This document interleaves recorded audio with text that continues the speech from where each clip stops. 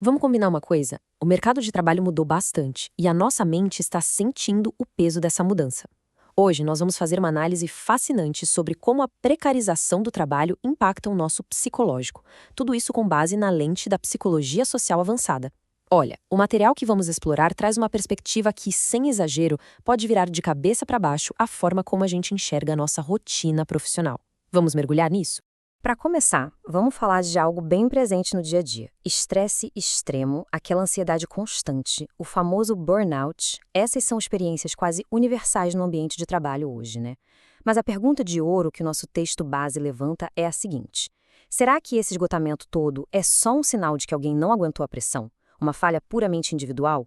Ou será que estamos lidando com uma característica que foi desenhada pelo próprio modelo de trabalho atual?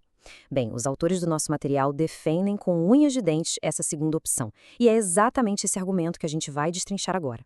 E para organizar as ideias, nosso roteiro vai passar pelas origens da precarização do trabalho, a visão da psicologia social, a relação entre sentido e sofrimento e, por fim, a chamada sociedade do desempenho.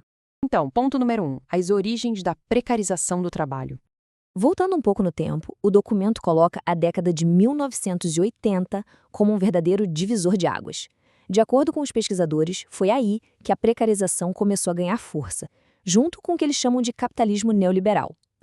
Na visão dos autores, foi uma época marcada pela flexibilização das leis trabalhistas e pelo enfraquecimento dos sindicatos. A lógica do jogo mudou. O sistema passou a exigir uma produtividade extrema, colocando o lucro acima do bem-estar humano. É super importante lembrar que estamos olhando para isso através dos olhos dos teóricos citados no estudo, que veem essa mudança como a grande raiz do nosso problema estrutural. E o contraste que o material faz, baseado em autores como Antunes e Castel, é brutal. Pensa bem, no passado o trabalho era quase como uma âncora de identidade, sabe? Era o lugar de pertencimento e de reconhecimento social. Hoje, o cenário é outro. O texto argumenta que o trabalho virou sinônimo de insegurança e de identidades fragmentadas, gerando um baita sofrimento psíquico. Basicamente, deixou de ser aquele porto seguro e virou um terreno super instável. Avançando para a nossa segunda parte, a visão da psicologia social sobre tudo isso. E aqui a coisa fica muito interessante com a entrada da psicologia social crítica. O documento destaca nomes de peso como Silvia Lane, Martim Baró e Maritza Monteiro. A grande sacada dessa abordagem é entender que nós somos, ao mesmo tempo, produto e produtores das relações sociais. Isso muda o jogo por completo. Sob essa lente, aquele sofrimento psíquico de quem trabalha não é visto só como um defeito clínico ou fraqueza. Na verdade, ele passa a ser lido como resultado de condições econômicas que o material descreve como injustas. Olha só essa ideia da pesquisadora Sylvia Lane lá em 1984. Ela dizia que a psicologia não pode ser só um band-aid. Não dá pra gente simplesmente ajudar as pessoas a aguentarem um sistema exaustivo e ponto final. Para ela, a psicologia tem que ser uma ferramenta ativa para transformar essa realidade. É uma postura que tira a psicologia da zona de conforto e a coloca numa posição de questionar as estruturas, em vez de só nos adaptar a elas. E isso se conecta perfeitamente com o conceito do Martim Baró que está no nosso estudo, desideologizar a experiência do trabalhador.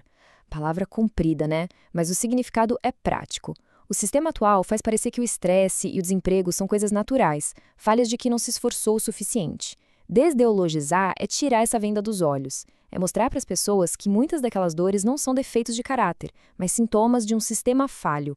Segundo o texto, esse passo é essencial para a gente se conscientizar. Entrando agora na nossa terceira seção, o sentido do trabalho e o sofrimento. O documento traz as ideias de Christophe Dejours e ele bate numa tecla super importante. O trabalho não serve só para pagar os boletos. Ele é fundamental para construir o nosso psicológico e dar sentido à vida. O problema é quando não há espaço nenhum para criar ou quando o esforço é totalmente desvalorizado. Quando chegamos nesse ponto, o trabalho perde o seu sentido positivo e passa a gerar o que o autor chama de sofrimento patogênico, que é, literalmente, aquele sofrimento que nos adoece. E o que desencadeia isso no dia a dia? O texto lista fatores bem severos dessa precarização. É o medo o tempo todo. Medo de ser demitido amanhã, medo de ser substituído por alguém mais novo ou mais barato e aquela pressão esmagadora por metas irreais. De acordo com os autores, essa dinâmica cria um isolamento profundo, tornando quase impossível sentir que a gente faz parte de algo maior.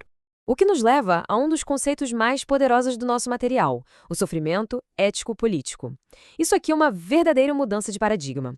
Em vez de olhar para um profissional exausto e só colocar um rótulo clínico, essa visão propõe que aquela dor é um sintoma, uma evidência clara de injustiças sociais maiores. Nessa ótica, o nosso esgozamento denuncia condições que ferem a própria dignidade humana. E para fechar a nossa estrutura, seção 4, a sociedade do desempenho. Sabe aquele papo de seja o seu próprio chefe? Pois é, os autores argumentam que o modelo atual é excelente em criar sujeitos focados na autogestão. A gente acaba internalizando essa pressão e viramos nossos próprios vigilantes. Cria-se aquela crença de que todo sucesso ou fracasso cai 100% nos ombros do indivíduo, mascarando completamente aquelas barreiras do sistema que a gente comentou até agora. Para dar nome a isso, o estudo traz o filósofo Byung-Chul Han e o seu conceito de sociedade do desempenho. É a ideia de que a gente não precisa mais de alguém de fora mandando e controlando.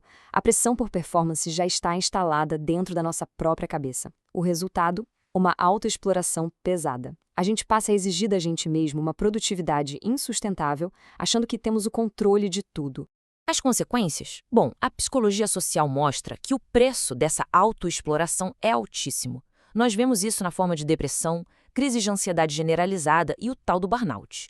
Mas a chave de ouro da nossa análise é entender que o texto não vê essas epidemias como um mero acidente de percurso. Elas são lidas como os verdadeiros custos operacionais dessa nossa sociedade focada no desempenho. Então, a gente encerra a nossa análise com uma provocação fantástica do material. Se o esgotamento que a gente sente não é só um fracasso pessoal, mas sim a prova de que o sistema está desequilibrado, como é que a gente pega esse sofrimento ético-político e transforma numa ferramenta de resistência e de organização coletiva? É para deixar a cabeça fervendo mesmo e repensar de quem é a culpa pela nossa exaustão. Muito bacana ter sua companhia nessa exploração de hoje. Espero que esse conhecimento traga mais clareza sobre as dinâmicas malucas do nosso mundo atual. Até a próxima!